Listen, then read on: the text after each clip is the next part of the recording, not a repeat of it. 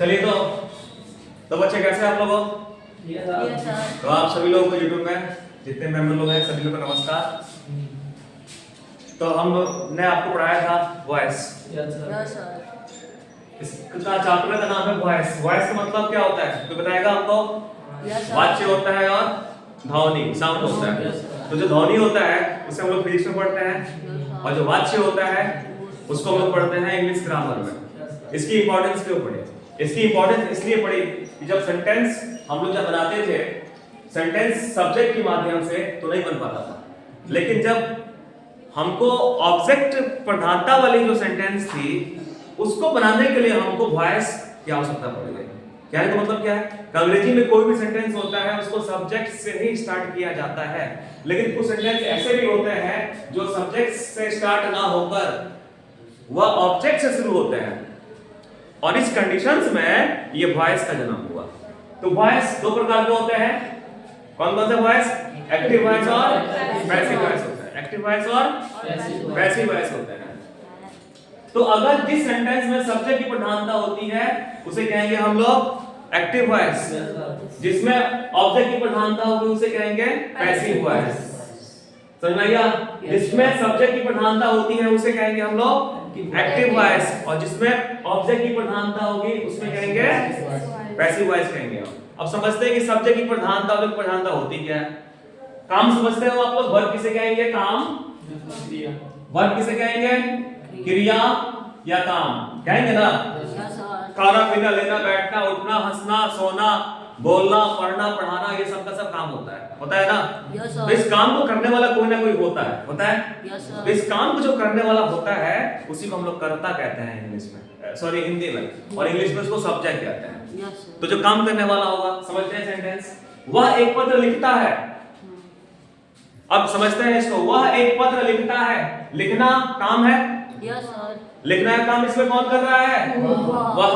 लिखने का वह करता है, यानी ये सब्जेक्ट हुआ।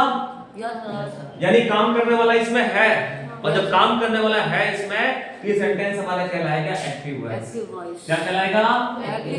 एक्टिव वॉइस वाला सेंटेंस कहलाएगा ये। सेंटेंस नंबर दूसरा देखो, तुम गेम खेलते हो। खेलना काम है यहाँ पर। Yes sir. खेलने का काम कौन करता है? तुम। यानी खेलना का काम जो है तुम करते हो, इसलिए ये सेंटेंस ही हमारा एक्टिव वॉइस का होगा।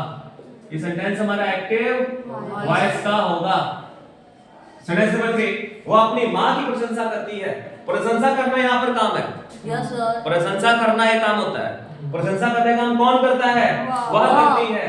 यानी यहाँ पे वह जो हुई सब्जेक्ट हुई, यानी सब्जेक्ट वाला सेंटेंस इसमें है, इसलिए ये भी हमारा सेंटेंस जो होगा एक्टिव वॉइस का होगा। रानी एक सवाल हल करती है। हल करना एक काम है इसमें। हल करना काम है। Yes sir. और हल करने का काम कौन करती है? रानी।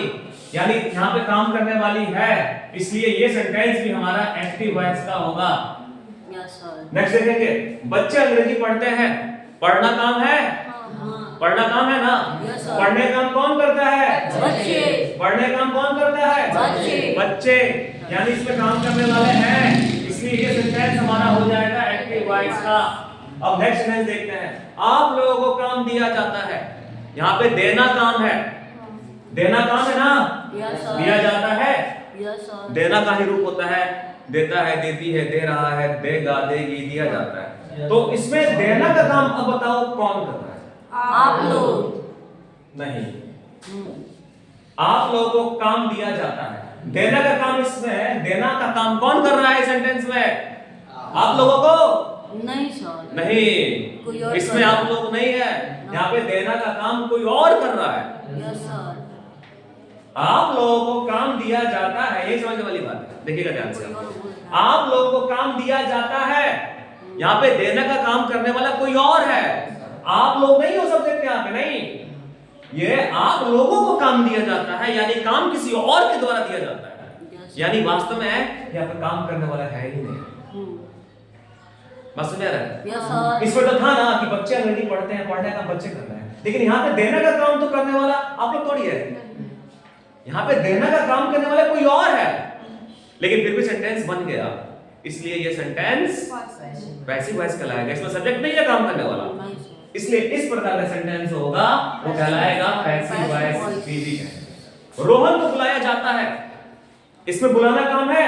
Yes sir. बुलाने का काम कौन कर रहा है? रोहन जी नहीं, कोई और कर रहा है सर, रोहन के द्वारा। यही दिक्कत होती है, समझिए आपको। Yes, sir. रोहन को बुलाया जाता है, बुलाना काम तो है, लेकिन रोहन नहीं बुलाता है, कोई और इसमें कर- काम करने वाला कोई और है, Yes, इसलिए इसमें सब्जेक्ट है ही नहीं।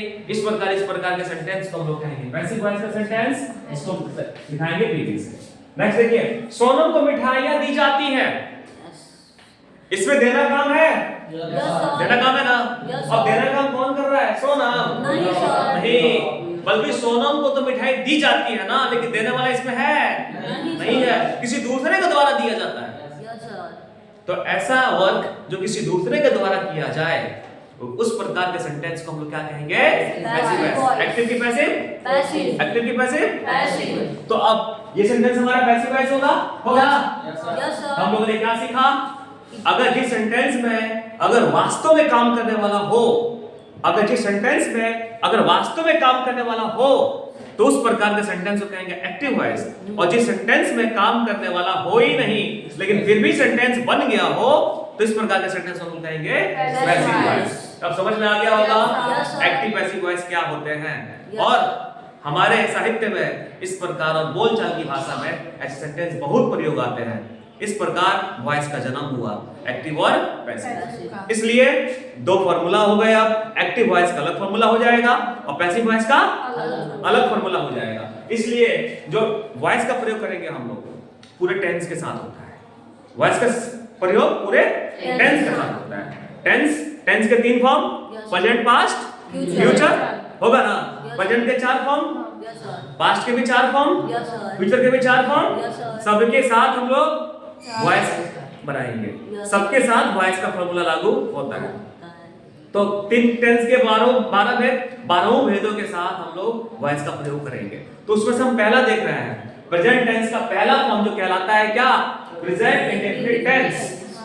हिंदी क्रिया के अंत में ता है, ती है, दोनों क्या लगा रहता है? ता है, ती है, ये है, लगा रहे। उस प्रकार के सेंटेंस को प्रेजेंट इंडेफिनिट टेंस या सिंपल प्रेजेंट टेंस भी कहते हैं। Yes, sir. उसके बनाने का फार्मूला या रूल क्या होता है? Subject plus V1 V5 plus object. और जब इसका पैसिव बनाएंगे तो इसका फार्मूला चेंज हो जाएगा। Yes, sir. वो होता है subject A plus is R M plus V3 plus 5 plus object होता है। अब हमको ये सीखना है कि कैसे करें, इसको कन्वर्ट कैसे करें, how to perform active voice to passive voice. बस समझ रही है? एक सेंटेंस हम लिखते हैं यहाँ पे, राम कॉल्स मी। इससे हिंदी क्या होगा? राम मुझे राम मुझे बुलाता है। बुलाता है। बुलाना कब होगा? Yes, sir. बुलाना का काम राम कर रहा है, Yes, sir. सब्जेक्ट हुआ, Yes, sir. और मुझे ऑब्जेक्ट हुआ।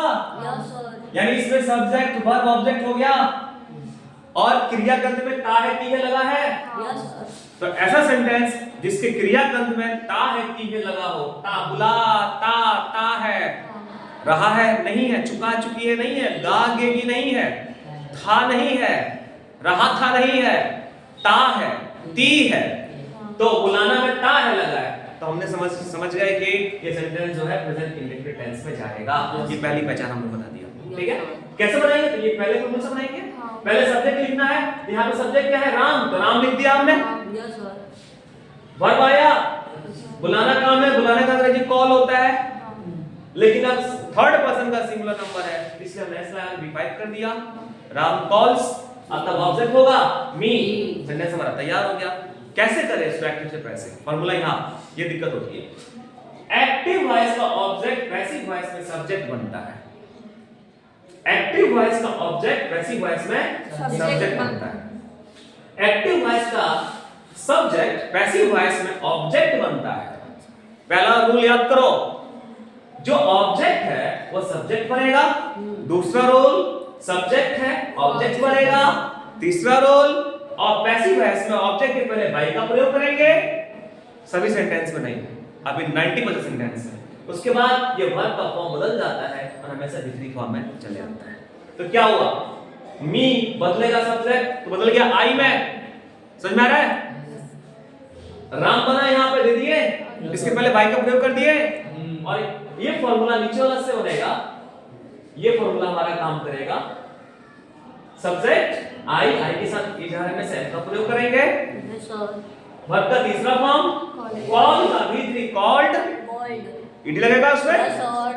बाई का प्रयोग करेंगे By. और फिर ऑब्जेक्ट यानी राम बनेगा राम ऑब्जेक्ट। object. तो सेंटेंस राम कॉल्स मी, तो इसका हो जाएगा I am called by Ram, अर्थात राम के द्वारा मुझे बुलाया जाता है, राम के द्वारा मुझे बुलाया जाता है।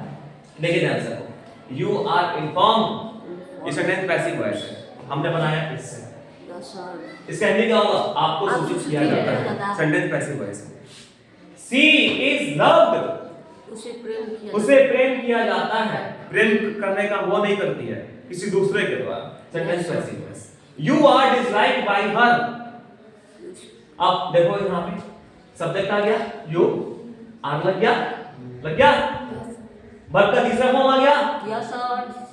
बाई आ गया, Yes, sir. ऑब्जेक्ट आ गया, Yes, sir. यानी ये इस पे नहीं है, ये इस पे है, अर्थात ये एक्टिव वॉइस में नहीं है, ये पैसिव वॉइस के फॉर्मूला पर आधारित सेंटेंस हमारा है, ठीक है? इसलिए कहेंगे ये सेंटेंस पैसिव वॉइस का है। तो you are disliked by her, उसके द्वारा तुम्हें नापसंद किया जाता है, passive voice. I do not like her, बताओ एक्टिव है कि पैसिव है? Yes, sir. Active है. बताओ Active ये sentence I do not like her, sentence active है कि पैसिव है? Active है, sir. एक्टिव है ना? Yes, sir. देख लो फॉर्मूला, सब्जेक्ट यहाँ पर लिखा है Yes, V1 है sir. V5, तो डू लगता है प्रेजेंट इंडेफिनिट टेंस में नॉट, लाइक V1 लगा है ना, Yes, इसमें sir. V1 नहीं आता, V1 इसमें आता है, Yes, आता है ना? Yes, sir. Subject V1, object, ये सीधे दिख रहा है कि ये एक्टिव वॉइस के फॉर्मूले पर आधारित है। Sentence I do not like her, मैं उसे पसंद नहीं करता हूं, ये सेंटेंस हमारा एक्टिव वॉइस होगा। Yes, sir. Somebody is unknown to me, active sentence की पैसिव वॉइस, एक्टिव की पैसिव, Somebody. एक्टिव की पैसिव, Active है, sir. एक्टिव है Active है. जी नहीं, पैसिव वॉइस है। तो कैसे, sir? देखो. कैसे मिलाओ इसको, तोलो फॉर्मूला से। हाँ. somebody सब्जेक्ट का काम कर रहा है, Yes, sir. somebody के बाद इज आ रहा है, वर्ब आएगा, इज आया है, इस पर आ रहा है, वर्ब का तीसरा फॉर्म नो, अननो, अन्यू, अननोन, वित्री होता है ना? Yes, sir. हाँ. नो, न्यू, नॉन, उस तरह अननो, अन्यू, अननोन, तो अननोन होगा ना, ये वित्री आ गया, सब्जेक्ट वर्ब वित्री आ गया। अब देखो बाई, यहाँ पे टू, हमें पहले कहा था आपसे, कुछ वर्ब ऐसे होते हैं जो अंग्रेजी में जो पैसिव वॉइस में बाई नहीं लेते हैं, अलग अलग प्रीपोजिशन लेते हैं, कोई टू लेता है, कोई इन लेता है, कोई एट ले लेता है पैसिव वॉइस में, लेकिन 90% सेंटेंस ऐसे होते हैं जो पैसिव वॉइस में बाई ही लगता है निश्चित रूप से। Yes, sir. तो यहाँ पर हमने टू लिया, नॉन टू लेता है, मी सेंटेंस हमारे इसलिए पैसिव वॉइस में कहलाएगा।